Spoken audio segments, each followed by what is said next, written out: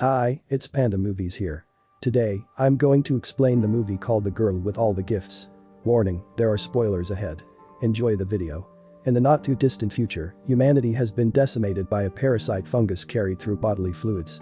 The only hope for a cure is a study on a small group of second-generation children who seek living flesh but can still think and learn, as the fungus has a symbiotic relationship with those born infected, neonates.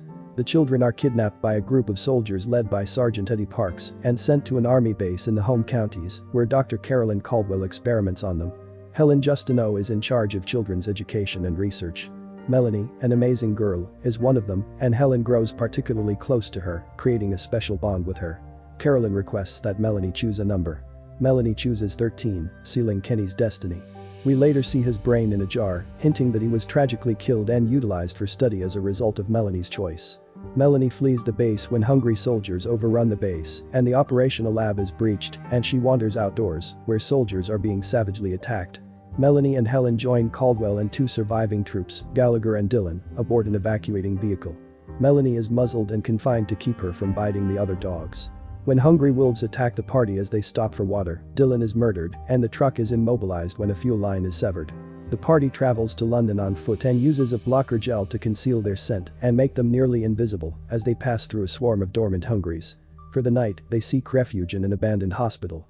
Second-generation hungries was identified after kids killed their deceased mothers by eating organs to get out of the womb, according to Caldwell. The party wakes up to find themselves besieged by hungry people.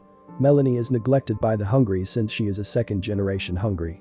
She consumes a stray cat before exploring abandoned homes. She assists the gang by luring the hungry away with a stray dog, allowing the group to flee. They come across piles of sick carcasses encircling the BT Tower, which has been overtaken by a gigantic fungal growth as they travel across London. According to Caldwell, the growth comprises pods that, when mature, might unleash airborne spores that would wipe out humanity. They seek refuge in an abandoned mobile laboratory that had been deployed into the city by military forces earlier. Caldwell, who is ill and dying of sepsis, believes that by sacrificing Melanie, she may save the human race and finish her vaccine research in the lab.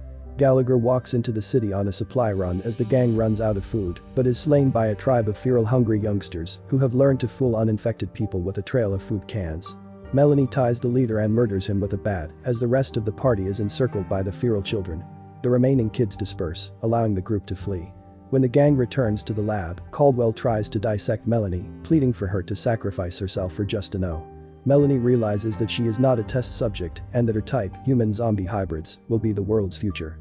She flees and sets fire to the tall pod structure, causing a massive cloud of spores to be released. Caldwell pursues her but is assassinated by the children's tribe. Parks escapes the lab in search of Melanie, but the spores infect him. He delivers Melanie his revolver and begs her to shoot him because he doesn't want to become a hungry animal. Melanie complies and fires at Parks as he prepares to turn. Justineau stands inside the laboratory's locked door, watching the spores fall. Because of the fatal spore-filled air, the film concludes with a weeping Justineau, safe but confined inside the sealed mobile lab. Outside, the army base's hybrid youngsters, as well as the feral children, sit together, severely held in place by Melanie.